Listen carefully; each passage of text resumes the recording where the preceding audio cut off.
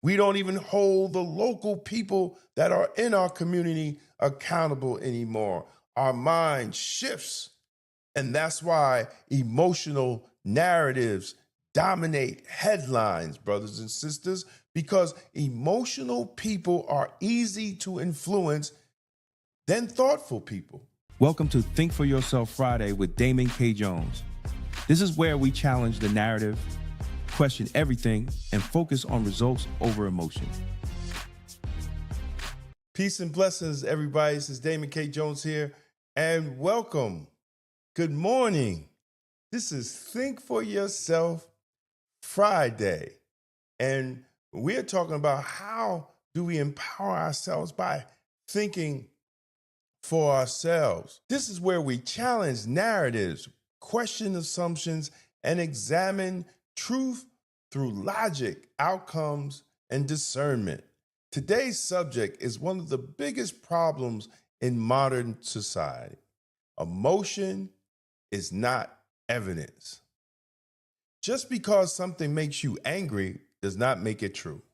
Just because something hurts your feelings does not make it factual. And just because many people react emotionally does not make the reaction justified. See, we are living in a time where emotion has replaced analysis. People no longer ask, what are the facts? They ask, how do I feel about it? How do you feel about it? Now that's dangerous, brothers and sisters. See, emotion is real. Emotion matters, but emotion is not proof or truth. A strong feeling may tell you something matters to you, but it cannot tell you whether something is true. That requires evidence. That requires facts. That requires examination. See, the Bible speaks directly to this kind of discernment. Proverbs 14:15 says, the simple believe every word, but the prudent man looketh well to his going. That means wise people do not accept every claim at face value. They test it, they examine it, they verify it. See, that's the difference between wisdom and emotional manipulation. See, look at politics today. People are emotionally triggered by headlines before they ever read the policy. They react to sound bites before they examine outcomes. A politician can make people cry, make people angry, make people cheer, but none of that proves the policy works or the policy doesn't work. See, results prove truth, not applause, not outrage, not emotional speeches. The policy sounds compassionate, but produces failure. The emotion attached to it does not make it successful. I'm going to say it again. If the policy sounds compassionate, but produces failure, the emotion attached to it does not make it successful. Now, what is an example? An example is affordable housing. When politicians tell you they're building affordable housing, but does affordable housing create generational wealth? Does affordable housing make people investors and taxpayers to the system? No. It sounds good. It sounds compassionate, but in the long run for communities, it is not successful and it does not produce safer communities. The media understands this very well, brothers and sisters. Fear spreads faster than facts. Anger gets more clicks than analysis. Outrage drives ratings. And that's why in the last 8 years, they got black people all turned up over President Trump and Trump this and Trump that. And we can't even get our community together because we have a mental illness. When people hear that, man, our communities are stuck in a cycle of poverty, crime, low family structure, because our emotional attachment that we have created towards the White House and towards people that don't even live in our community. We don't even hold the local people that are in our community accountable anymore. Our mind shifts, and that's why emotional narratives dominate headlines, brothers and sisters, because emotional people are easy to influence than thoughtful people. And this is why I wrote the book, Emotional Politics, Logical Failure. See, because they keep you angry. And when they keep you angry, you're never examining what is actually going around you. When people are afraid, they keep you to stop questioning what is going on around you. And when you stop questioning, you become controlled. Even in culture, emotional reaction is now treated as moral authority. The loudest outrage often wins the conversation. But being offended is not evidence. Being passionate is not proof. Being emotional invested does not make the claim accurate.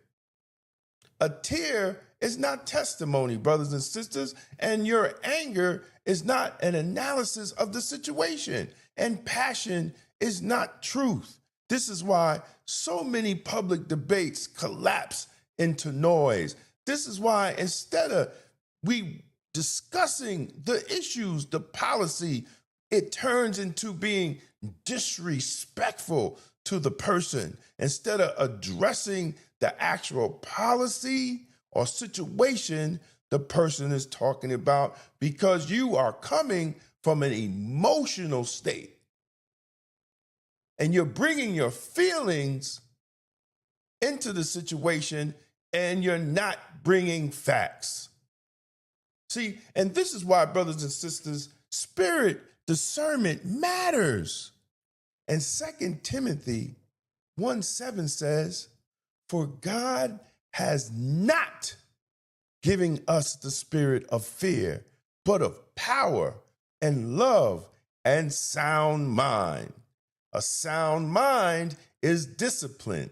A sound mind does not surrender truth to emotional chaos. A sound mind pauses and asks, what is the evidence? What are the facts? And what are the results? See, brothers and sisters, that is thinking for yourself. When emotion becomes evidence and truth becomes fragile, because emotions change, facts remain. If your belief only survives as long as your feeling remains intense, then your belief is not built on truth. Truth, brothers and sisters, must stand even when emotion fades.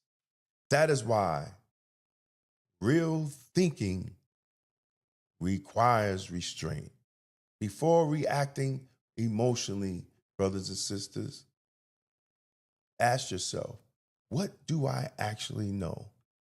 Before sharing outrage, ask, what proof supports this claim?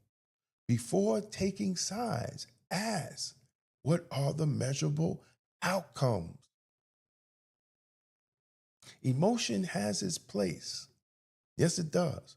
But emotion will never become your substitute for evidence. Because when feelings replace facts, manipulation becomes easy.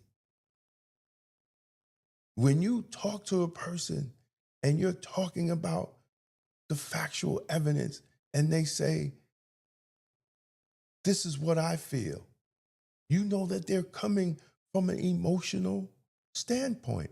They don't even want to address the facts that you're bringing or the fact of the matter that is at hand. So the next time something makes you angry, fearful, or offended, or even excited, pause, step back, examine it, because wisdom is not found in emotional reaction. Wisdom is found in God's discernment. This is Think for Yourself Friday, and I'm Damon K. Jones. And remember, feelings may move you, but only truth should convince you. And as always, stay safe, stay blessed, and stay blacktastic. Peace out. This is Think for Yourself Friday with Damon K. Jones. If you got value from this, like, share, and subscribe. And remember, if you don't think for yourself, someone else will. If you're serious about political clarity and independent thinking, this is for you. The Political Thought Bundle includes 3 full books, all personally signed. Democrats and Republicans, the ultimate gangbangers, breaks down how the two-party system operates like a legalized street war for power. Emotional Politics, Logical Failure exposes how emotion has replaced strategy in Black political engagement. Tolerance is for Cowards lays out a blueprint for extended policing and community-led public safety rooted in outcomes rather than slogans. 3 signed books. One bundle, $60. That's a $75 value, and you're getting signed copies included. This isn't left versus right. It's results versus rhetoric. Go to twosteppublishing.com and secure your signed Political Thought Bundle today. It's going to be blacktastic. For more than a century, Black America built its own economy under segregation, under discrimination, and under conditions most people today cannot imagine. We built businesses, we built banks, we bought land and property. In the Forgotten Blueprint, Damon K. Jones reveals how Black communities created thriving economic systems from 1800 to 1965, and why that blueprint still matters today. This book challenges the idea that our future depends on politics alone and shows how ownership, family, and enterprise once powered Black prosperity. The blueprint is not lost. We just stopped using it. The Forgotten Blueprint, how Black America built its own economy from 1800 to 1965. On sale now at Two Step Publishing and Amazon. Black Westchester Magazine has been giving our community a voice, reporting the stories others ignore, holding power accountable, and making sure the truth about our communities is told by us. But independent Black media only survives when the community supports it.